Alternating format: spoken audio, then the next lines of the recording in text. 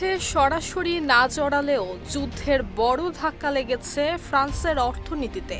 যুদ্ধ পরিস্থিতিতে দেশটির অন্তত 400 থেকে 600 কোটি ইউরো ক্ষতি হয়েছে বলে জানিয়েছেন ফরাসি অর্থমন্ত্রী রোনাল্ড লেসকিউ। অর্থমন্ত্রী জানান, মধ্যপ্রাচ্যে সংঘাত শুরু হওয়ার পর থেকে বন্ডের মুনাফার হার দ্রুত বৃদ্ধি পেয়েছে।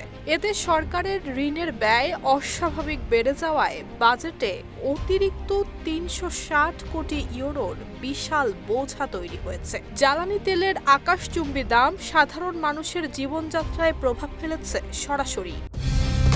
কালার এক্সপার্ট, জর্জ স্যাপ এবং মাইল্ড অন হ্যান্ডস টেকনোলজি সমৃদ্ধ অরিক্স ক্রিস্টাল ওয়াশ আপনার লন্ড্রি এক্সপার্ট। বর্তমানে ইউরো জোনের দেশগুলোর মধ্যে ফ্রান্সের বাজেট ঘাটতি অন্যতম সর্বোচ্চ পর্যায়ে। এদিকে তেলের দাম নিয়ে অভ্যন্তরীণ রাজনীতিও বেশ উত্তপ্ত।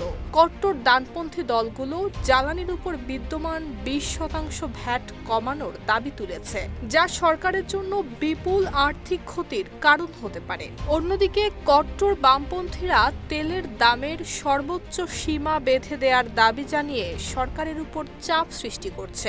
সব মিলিয়ে আন্তর্জাতিক যুদ্ধ পরিস্থিতির বলি হয়ে ফ্রান্স এখন কঠিন অর্থনৈতিক এবং রাজনৈতিক চ্যালেঞ্জের মুখোমুখি। নুসরাত জাহান মেহেক, ঢাকা পোস্ট।